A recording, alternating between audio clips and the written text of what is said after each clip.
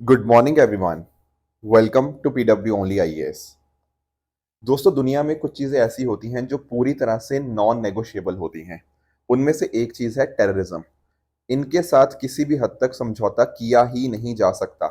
दोस्तों, पिछले दिनों के अंदर जो जम्मू कश्मीर में हुआ वो बहुत ही एक तरह से सबको दर्द देने वाला एक घटना थी। एंड डेफिनेटली जो देश कहीं ना कहीं टेररिज्म को सपोर्ट करता है उसके साथ हमें बिल्कुल भी रिश्ते रखने ही नहीं चाहिए। राइट। और इंडिया की यही कोशिश रही है हमेशा से भी।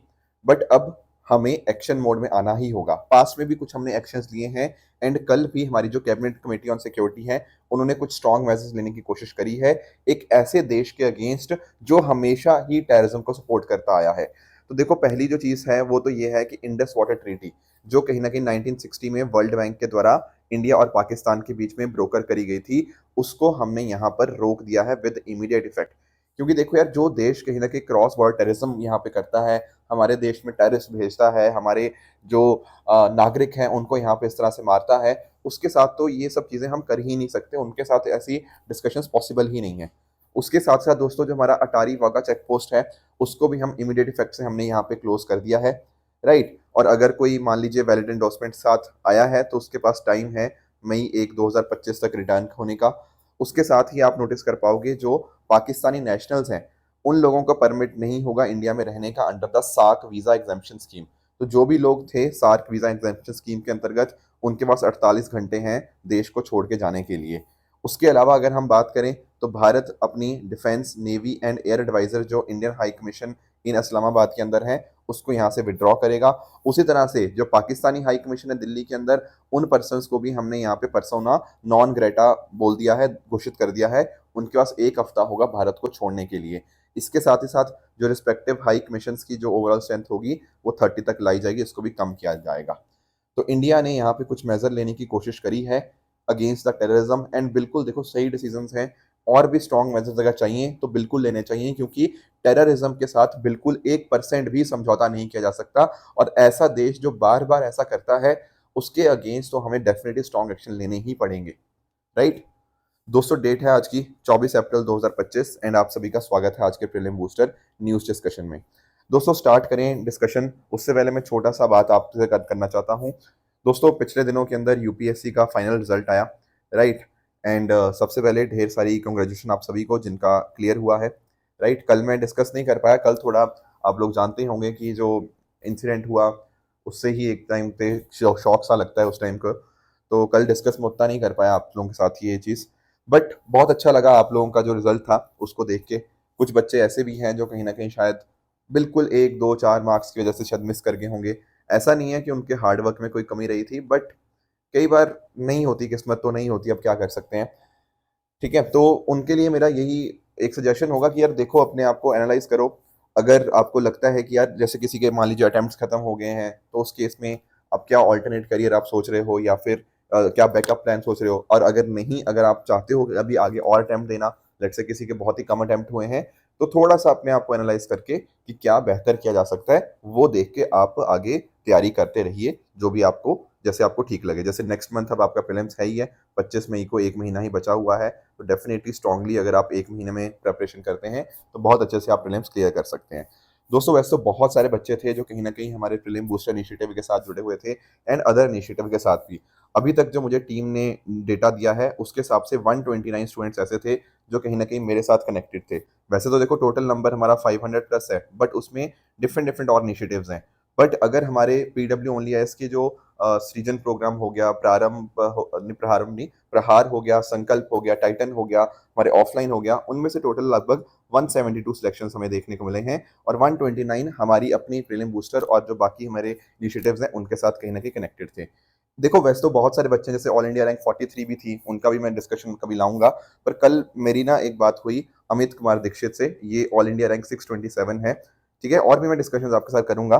पर ये 627 का मैं जिक्र इसलिए कर रहा हूँ क्योंकि ये घटना मुझे जब इन्होंने कल फोन पे बताई मुझे अचानक से याद आई।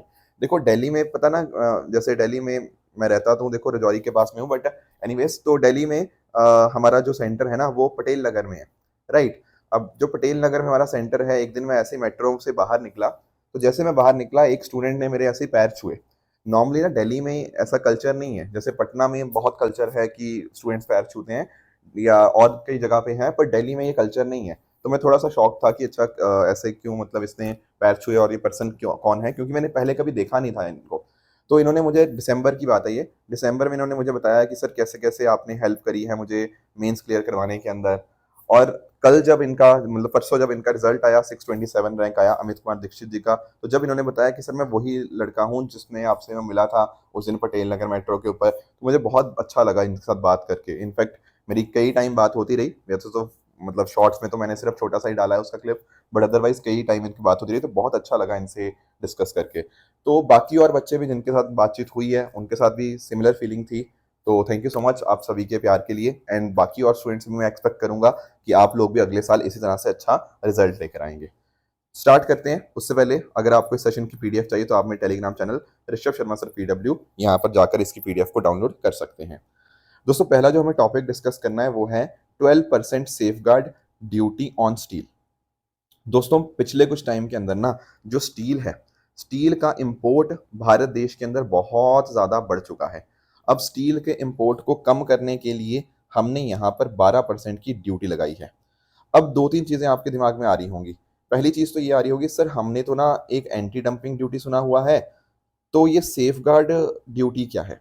देखो जब हम बात करते हैं ना डंपिंग, आपने ये वर्ड सुना है ना डंपिंग, डंपिंग का मतलब पता क्या होता है? जब आप बहुत ही कम प्राइजेस के ऊपर प्रोडक्ट डंप कर देते हो एक कंट्री के अंदर, उसको बोलते हैं डंपिंग। जैसे मान लो किसी कंपनी ने पता क्या किया, अपनी मार्केट में अंदर उनका प्रोडक्ट महंगा है पर इंडिया में उन्होंने बहुत ही सस्ते रेट के अंदर प्रोडक्ट डंप कर दिया ताकि लोकल इंडस्ट्री को खत्म किया जा पाए। ये डंपिंग था। अब इससे बचने के लिए क्या किया जा सकता है? इससे बचने के लिए हम लगाते हैं एंटी डंपिंग ड्यूटी। राइट, इस तरह से ये वर्क करती है।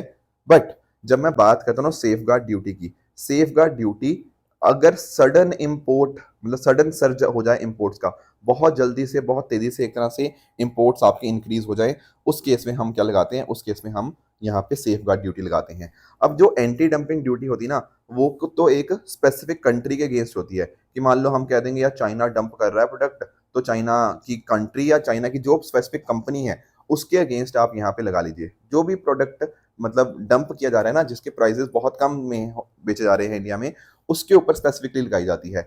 पर सेफ गार्ड ड्यूटी ना नॉर्मली सभी कंट्रीज के अगेंस्ट लगती है, क्योंकि ना यहाँ पे ऐसा नहीं है कि डंपिंग हो रही है, यहाँ पर वो पर्टिकुलर प्रोडक्ट इंडिया में बहुत तेजी से इंपोर्ट हो रहा है, तो हम चाहते हैं उस पर्टिकुलर इंपोर्ट को एक तरह से रोकना। तो सभी देशों के अंदर अगेंस्ट नॉर्मली हम इस तरह की सेफ गार्ड ड्यूटी लगा देते हैं।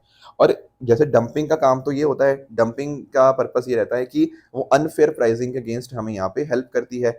पर सेफ गार्ड की बात करूँ ना, ये इंपोर्ट सर्च को एक तरह से यहाँ पे रोकती है। This is the whole focus. तो it is the form of a duty या फिर क्वांटिटेटिव रिस्ट्रिक्शन। यहाँ हम कहेंगे कि इससे ज़्यादा हम यहाँ पे अपने यहाँ पे स्टील यही नहीं इंपोर्ट करना चाहते या कोई और प्रोडक्ट इंपोर्ट नहीं करना चाहते, उसको बोलते हैं सेफ गार्ड मेजर। तो ये सभी देशों को अवेलेबल होता है जो कि डब्ल्यूटीओ की मेंबर कंट्रीज होती हैं, ताकि एक तरह से लेवल प्लेइंग फील्ड हम अपने डोमेस्टिक प्लेयर को भी दे पाएं in case of a sudden and significant increase in the imports. ठीक है, तो यहाँ पर एक यूनिफॉर्म रेट ऑफ ड्यूटी सारी कंट्रीज के अगेंस्ट लगाई जाती है, जैसा कि हमने अभी स्टील के कुछ प्रोडक्ट्स के ऊपर 12% की सेफ गार्ड ड्यूटी यहाँ पे लगाई है। तो इससे भारत के जो मैन्युफैक्चरर्स हैं उनको कहीं ना कहीं मदद मिलेगी, क्योंकि अनफेयर इंपोर्ट से वो बच पाएंगे, डोमेस्टिक प्रोडक्शन बढ़ेगा एंड आत्मनिर्भर भारत की तरफ हम अपने कदम बढ़ा पाएंगे। पर एक बात आप नोटिस करना, ये जो पर्टिकुलर ड्यूटी लगाई गई है ना, ये 5 स्टील प्रोडक्ट कैटेगरीज के ऊपर लगाई गई है। अब इसका नेगेटिव इम्पैक्ट एक ये हो सकता है कि आप अंडरस्टैंड करिएगा कि इससे रॉ मटेरियल का दाम भी बढ़ जाएगा। अब रॉ मटेरियल का दाम भी बढ़ेगा, हमारे स्टील प्रोडक्ट के जो एक्सपोर्ट हैं वो महंगे हो जाएंगे, क्योंकि रॉ मटेरियल महंगा है तो कहीं ना कहीं यार जो हमारे प्रोडक्ट बनेंगे फाइनली वो महंगे होंगे, तो उनको एक्सपोर्ट करने में हमें दिक्कत आएगी, क्योंकि एक्सपोर्ट्स हमारे कॉम्पिटिटिव नहीं रहेंगे। ये कुछ बातें थी जो हमें यहाँ पे सेफ गार्ड ड्यूटी के रिगार्डिंग पता होनी चाहिए। अगले टॉपिक पे दोस्तों आते हैं, that is ocean tracker application. दोस्तों पिछले दिनों के अंदर हम जानते हैं सिविल सर्विसेज डे सेलिब्रेट किया गया। इस मौके के ऊपर जो पोषण ट्रैकर एप्लीकेशन है ना, उसको prime minister award for excellence in public administration 2024 under innovation category यहाँ पे दिया गया। अब आपके दिमाग में आ रहा होगा कि पोषण ट्रैकर है क्या, इसने ऐसा क्या खास काम कर दिया इसको यहाँ पे अवार्ड मिल रहा है। दोस्तों पहली बात तो आप अंडरस्टैंड ये करो, हमारी जो ministry of women and child development है ना, ये पर्टिकुलर मिनिस्ट्री इस पर्टिकुलर पोषण ट्रैकर एप्लीकेशन को देखती है। ठीक है, पर क्या है इस एप्लीकेशन के अंदर? देखो यार, आप लोग जानते होंगे स्टंटिंग, वेस्टिंग, ये सब केसेस इंडिया में बहुत ज़्यादा हैं। आप लोग जानते होंगे वेस्टिंग का मतलब होता है लो वेट फॉर हाइट। वेस्टिंग का मतलब बता रहा हूँ, लो वेट फॉर हाइट, मतलब एक इंसान की या एक बच्चे की rather I should say height तो बढ़ती जा रही है पर उसका वेट नहीं बढ़ रहा। और स्टंटिंग में क्या होता है, इस पर्टिकुलर बच्चे की हाइट कम है पर उसकी उम्र बढ़ती जा रही है, it is known as low height for age. तो पॉइंट ये निकल के आता है कि यार इनका या तो किसी बच्चे का वेट बहुत कम है, किसी बच्चे की हाइट बहुत कम है। इसका कारण यही है कि प्रॉपर उनको यहाँ पे न्यूट्रिशियस फूड यहाँ पे नहीं मिल रहा। That is the whole thing. And जिस वजह से उनके केस में स्टंटिंग वेस्टिंग हो गया या फिर अंडरवेट हो जाते हैं, ये सब कहीं ना कहीं इश्यूज देखने को मिलते हैं। तो जो पोषण ट्रैकर है ना, वो रियल टाइम बेसिस के ऊपर इन्हीं चीज़ों को ट्रैक करने की कोशिश करता है डायनेमिक तरह से, कि क्या क्या चेंजेस हुए हैं, किस तरह से न्यूट्रिशन स्टेटस चेंज हुआ है। तो ये जो ऐप है ना, ये आंगनवाड़ी वर्कर्स हमारे इस्तेमाल करती हैं ताकि health and nutrition of children and mother को हम एक तरह से ट्रैक कर पाएँ। उसके साथ ही साथ हमारे जो आंगनवाड़ी सेंटर्स हैं, उनके अंदर क्या-क्या गतिविधियाँ हो रही हैं, उनको हम एक तरह से ट्रैक कर पाएँ। तो पूरी तरह से हमारे पास ये रियल टाइम डेटा हमें यहाँ पे बता देता है। ऐप के अंदर सारी डिटेल होती हैं, प्रेग्नेंट महिलाओं की, लैक्टेटिंग मदर्स की, जो बच्चे कहीं न कहीं 6 महीने तक के हैं, उनकी डिटेल होती हैं, 6 महीने से 3 साल वाले बच्चे, 3 साल से 6 साल वाले बच्चे, adolescent girls between 14 to 18 years. ये सब चीज़ें हम यहाँ पे नोटिस करते हैं। इनके अंदर हम डिफरेंट डिफरेंट पैरामीटर्स को अंडरस्टैंड करने की कोशिश करते हैं, चेक करते हैं कि हमने कितना प्रोग्रेस किया है अंडर वेरियस पर्टिकुलर कैटेगरीज। ये हमारा यहाँ पे फोकस रहता है। तो रियल टाइम डेटा यहाँ पे मिल जाएगा इस ऐप से, डेटा को विजुअलाइज कर सकते हो डैशबोर्ड चार्ट वगैरह से। उसके अलावा हमें ट्रैक करने के अंदर मदद मिलती है, जैसे for example ration, take home ration कितना है, होम कुक्ड मील हो गया या हॉट कुक्ड मील हो गया, वैक्सीनेशन, ग्रोथ मॉनिटरिंग, ये सब अलग अलग सर्विस हम यहाँ पे ट्रैक करते हैं। एंड आंगनवाड़ी सेंटर्स की location and monitoring geo tagging के माध्यम से अच्छे से करी जा सकती है। तो ये जो ऐप है ये 24 लैंग्वेजेस के अंदर है, तो इसमें आप अंडरस्टैंड कर पाओगे। तो बेनिफिशरीज जो थे उनका क्या न्यूट्रिशन स्टेटस हुआ, क्या ग्रोथ हुई, वो सब पता लगता रहेगा। उनकी हाइट, उनकी वेट, बॉडी मास इंडेक्स में क्या बदलाव आया, ये सब चीज़ें हम यहाँ पे उनको ट्रैक कर सकते हैं using this particular portion tracker application. अगला हमारा जो टॉपिक है वो है हील्ड इनिशिएटिव के बारे में। दोस्तों दिल्ली के अंदर ना आपको एक इंस्टीट्यूट देखने को मिलता है, institute of liver and biliary sciences. ये दरअसल जो इंस्टीट्यूट है ना, ये हमारी जो गवर्नमेंट है एनसीटी ऑफ दिल्ली, उसके अंतर्गत यहाँ पे आपको इंस्टीट्यूट देखने को मिल जाएगा। अब इसके द्वारा हील्ड इनिशिएटिव यहाँ पे लॉन्च किया गया है on the occasion of world liver day. तो दरअसल में यहाँ पे बात होती है लिवर की। लिवर की जब हम बात करते हैं तो लिवर डेफिनेटली बहुत ज़्यादा इंपॉर्टेंट बन जाता है। तो लिवर के बारे में लोगों को अवेयरनेस जनरेट करने के लिए हील्ड इनिशिएटिव को यहाँ पे लॉन्च किया गया। हील्ड का फुल फॉर्म यही है, healthy liver education and alcohol associated liver disease protect prevention. एक ना देखो बहुत बड़ा कारण लिवर खराब होने के पीछे का होता है, जो लोग बहुत ज़्यादा दारू पीते हैं, आप लोग जानते ही होंगे। तो हम किस तरह से लिवर डिजीज को प्रिवेंट या मैनेज कर सकते हैं, उसके लिए इंडिया का पहला नेशन वाइड इनिशिएटिव यहाँ पे लॉन्च किया गया है जिसका नाम है हील्ड। तो इसमें अवेयरनेस हम जनरेट करेंगे, ट्रीटमेंट होगा इन पर्टिकुलर डिजीज का, और जो मैसेज होगा, behind every failed liver lies a missed opportunity. ठीक है, तो ये मैसेज हम यहाँ पे लेकर जा रहे हैं लोगों तक, ताकि उनके अंदर किस तरह से अल्कोहल का जो मिसयूज होता है उसको हम यहाँ पे अवेयरनेस उनको जनरेट करवा पाएं, लिवर डिजीज को कैसे प्रिवेंट करना है, कैसे मैनेज करना है, ये सारी चीज़ों पे फोकस इसके अंतर्गत रहने जा रहा है। Right, at the same time इसमें पब्लिक एजुकेशन भी आएगा, अर्ली स्क्रीनिंग समय के ऊपर आप ट्रीटमेंट की तरफ बढ़ें, मेडिकल हो गया, साइकोलॉजिकल ट्रीटमेंट हो गया, एंड लिवर डिजीज मैनेजमेंट की अलग अलग आपके अप्रोचेस इसके अंदर देखने को मिल जाएंगी। प्रिवेंशन के लिए अवेयरनेस हो गया, एंड डेफिनेटली इसमें mental health support, community outreach, policy reforms भी हमें देखने को मिल जाएंगे, ताकि अल्कोहल डिपेंडेंस के रिगार्डिंग जो स्टिग्मा है उस स्टिग्मा को हम कहीं ना कहीं कम कर पाएं। तो ये है हमारा हील्ड इनिशिएटिव। नेक्स्ट दोस्तों हमारा जो टॉपिक है वो है आपका वर्ल्ड अर्थ डे 2025 के बारे में। दोस्तों परसों 22 अप्रैल 2025 को ये पर्टिकुलर डे सेलिब्रेट किया गया, जिस मौके के ऊपर बहुत सारे अलग अलग इवेंट्स भी देश भर में ऑर्गेनाइज करवाए गए। तो इस साल का जो अर्थ डे था ना, उसकी थीम थी अवर पावर अवर प्लेनेट। ठीक है, यहाँ पर हमने बात करी कि सब लोग, ये पावर का मतलब कुछ और नहीं, ये रिन्यूएबल एनर्जी का ही बात कर रहा है, कि हम सभी कहीं ना कहीं इकट्ठे होना पड़ेगा रिन्यूएबल एनर्जी के लिए। एंड कोशिश ये करनी पड़ेगी कि हम जो रिन्यूएबल एनर्जी है, जो क्लीन एनर्जी है, उसकी अमाउंट को 3 गुना कर दें by 2030। That is the focus of world earth day. अब पॉइंट ये आता है कि हम आखिर सर इस पर्टिकुलर अर्थ डे को सेलिब्रेट क्यों करते हैं। दोस्तों एक्चुअली मैं आपको बताता हूँ ना, ये कॉन्सेप्ट जो है ना अर्थ डे का, इन 1960s में कहीं ना कहीं जाके स्टार्ट हुआ है, क्योंकि उस समय ही इन्वायरमेंट के बारे में हमने डिस्कशन करना स्टार्ट किया। एक ना आप लोग नोटिस करोगे यहाँ पे, रचल कार्लसन, इनकी एक बुक है साइलेंट स्प्रिंग के नाम से, जो 1962 के अंदर आई। इसमें ना इन्होंने बात करी science and progress after world war 2। World war 2 के बाद कैसे कैसे साइंस ने प्रोग्रेस करी है, उसका क्या क्या नेगेटिव इम्पैक्ट आया है, ये उन्होंने उस बुक में बताया है। एंड खासकर उन्होंने बताया है डीडीटी के बारे में। आप लोग जानते होंगे ना डीडीटी, जो एक पेस्टिसाइड हमें देखने को मिलता है, तो बहुत सारे सोल्जर्स ने उसका इस्तेमाल किया। Plus at the same time agriculture chemical pesticides जो और जो अलग अलग केमिकल्स थे ना, इन्होंने बहुत बड़े लेवल के ऊपर स्ट्रीम्स को डैमेज किया। बर्ड्स हो गया, एनिमल पॉपुलेशन, उनके ऊपर नेगेटिव इम्पैक्ट आया। एंड कहीं ना कहीं यहाँ पे मेडिकल प्रॉब्लम्स ह्यूमंस के लिए बहुत ज़्यादा बढ़ गई। ऐसा यहाँ पर रेचल रेचल कार्सन की जो साइलेंट स्प्रिंग बुक है 1962 की, उसके अंदर मेंशन किया गया है। इसके अलावा ना 1969 के अंदर सेंटा बारबेरा ऑयल स्पिल हुआ। दरअसल में आप यहाँ पे नोटिस करिएगा, ये आपका यूएस से देखने को मिल जाएगा। एंड यहाँ पर आपको लोकेशन है सेंटा बारबेरा लोकेशन। ठीक है, ये जो लोकेशन है ना, इसको आप अंडरस्टैंड करिएगा। यहाँ पर 1969 में एक बहुत बड़ा ऑयल स्पिल हुआ था, 3 मिलियन गैलन के आसपास। उससे कहीं ना कहीं एनवायरनमेंट को बहुत बड़े लेवल के ऊपर नुकसान हुआ था। तो जब ये चीज़ें होती हैं 1962 1969 के अंदर, तब लोग कहीं ना कहीं अवेयर होते हैं कि नहीं यार, हमें तो इन्वायरमेंट को प्रोटेक्ट करना होगा। तो उसी वजह से उसके अगले साल यानी कि 1970 के अंदर हम पहली बार अर्थ डे को सेलिब्रेट करते हैं, जब एक यूएस के सेनेटर जो हमें देखने को मिलते हैं, गेलॉर्ड मेंसल, इन्होंने यहाँ पर एक नेशनल डेमोन्स्ट्रेशन ऑर्गेनाइज किया था, ताकि एनवायरमेंटल इश्यूज के ऊपर अवेयरनेस हम जनरेट कर पाएं। तो उस समय तो हुआ, पर अगर हम बात करें यूएन की, तो यूएन ने 2009 के अंदर 22 अप्रैल को इंटरनेशनल मदर अर्थ डे के रूप में यहाँ पे डेजिग्नेट किया। तो आप नोटिस कर पाओगे, ये जो अर्थ डे होता है, ये ग्लोबली earthday.org, जो कि एक नॉन प्रॉफिट ऑर्गेनाइजेशन है, वो यहाँ पर इसको ग्लोबली कोऑर्डिनेट करती है, जिसका पहले नाम क्या था, अर्थ डे नेटवर्क। तो ये कुछ बातें थी जो आपको वर्ल्ड अर्थ डे के बारे में पता होनी चाहिए।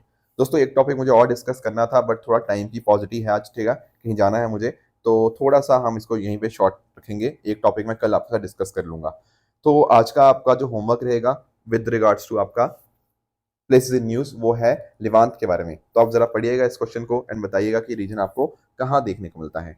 कल जो मैंने आपको होमवर्क दिया था ना, वो ये था इन 4 रीजन्स के बारे में, कॉरस्पॉन्डिंग उनकी कौन सी कंट्री है। तो इनको आप यहाँ पे नोटिस कर पाओगे। जब मैं बात करता हूँ ना एनाटोलिया की, तो एनाटोलिया डेफिनेटली आपको टर्की में ही देखने को मिल जाएगा। इनफैक्ट ना एनाटोलिया को हम लोग एशिया माइनर के नाम से भी जानते हैं। ठीक है, ये मेजर पोर्शन है टर्की का, जो कहीं ना कहीं एशिया वाली साइड आपको देखने को मिल जाता है। अब आप जानते होंगे टर्की अपने आप में बहुत इंपॉर्टेंट लोकेशन है। ये रहा इधर ब्लैक सी, और ये रहा आपका मेडिटेरियन सी, राइट। और ये आपका बॉस्फोरस स्टेट जो हो गया, फिर सी ऑफ मरमरा, यहाँ पे आपका डार्डनली स्टेट हो गया, राइट। यहाँ पे एजेंसी आपको देखने को मिल जाता है। ये सारी लोकेशन आपको देखने को मिल जाएंगी। और यहाँ पर जो इंपॉर्टेंट सिटी है ना इस्तांबुल की, वो कहीं ना कहीं यहाँ पे कनेक्शन में देखने को मिलती है between Black Sea and Mediterranean Sea. ये क्वेश्चन भी ऑलरेडी पूछा जा चुका है कि टर्की कौन से 2 सी के बीच में है, तो आपको पता होना चाहिए ब्लैक सी एंड मेडिटेरियन सी। उसके अलावा जो दूसरा था वो था आपका अम्हारा। अम्हारा की दोस्तों मैं बात करूँ ना, तो अम्हारा रीजन आपको इथियोपिया के अंदर यहाँ पे देखने को मिल जाता है। यहाँ पर जो अम्हारा लोग हैं वो यहाँ पे रहते हैं। एंड अम्हारा आप नोटिस कर पाओगे, ये सूडान के साथ ऊपर बॉर्डर यहाँ पे आपका टच करता है, राइट। सॉरी, वेस्ट में आपका जो बॉर्डर है अम्हारा का, वो सूडान के अंदर आपको टच होता है, वो देखने को मिल जाएगा। और ये लोकेशन भी अम्हारा की काफ़ी ज़्यादा न्यूज़ में रहती है।